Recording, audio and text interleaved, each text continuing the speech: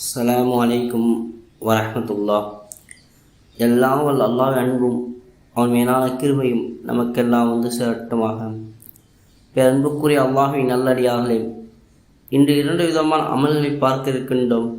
முதலாவது யா அல்லாஹு யா சலாமு என்பது 900 தடவை 90,000 ஒரு நாள் அல்லது 2 நாள் அல்லது 3 நாள் 5 நாளுக்குள்ளாக தனியாகவும் ஓதலாம் அல்லது கூட்டாகவும் சேர்ந்து ஓதலாம்.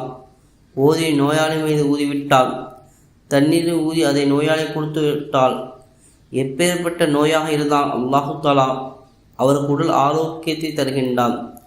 இந்த அமலை அதிகமாக மக்கள் செய்து பயனடைந்திருக்கின்றார்கள். ஒரு ஆலிமுடைய மகன் ஆக்சிடென்ட் ஏற்பட்டு மருத்துவமனையில் ஐசியூவில் வைக்கப்பட்டிருந்தார். அப்போது அந்த ஆலிம் என்ன செய்கின்றார் என்றால், வீட்டில் எல்லாம் ஒன்று கூடி 90,000 முறை யா அல்லாஹு யா சலாம் என்பதை நம்பிக்கையோடு ஓதுகின்றார். அல்லாஹ்விடம் துவா செய்கின்றார். ஓதப்பட்டதை அவர் மேல் ஊதிவிடுகின்றார். அல்லாஹு தஆலா அவருக்கு விரைவில் ஆரோக்கியத்தை தந்துவிடுகின்றான் என்பதாக அந்த ஆலிம் சொல்கின்றார். ஒழுவுடன் இந்த அமலை செய்ய வேண்டும். இரண்டாவது யா சலாம் என்பது ஆரோக்கியத்துடன் நெருக்கமாக தொடர்புள்ளது. 900 மாதிரி 1,00,000 அதிகப்படுத்துகின்றார்கள்.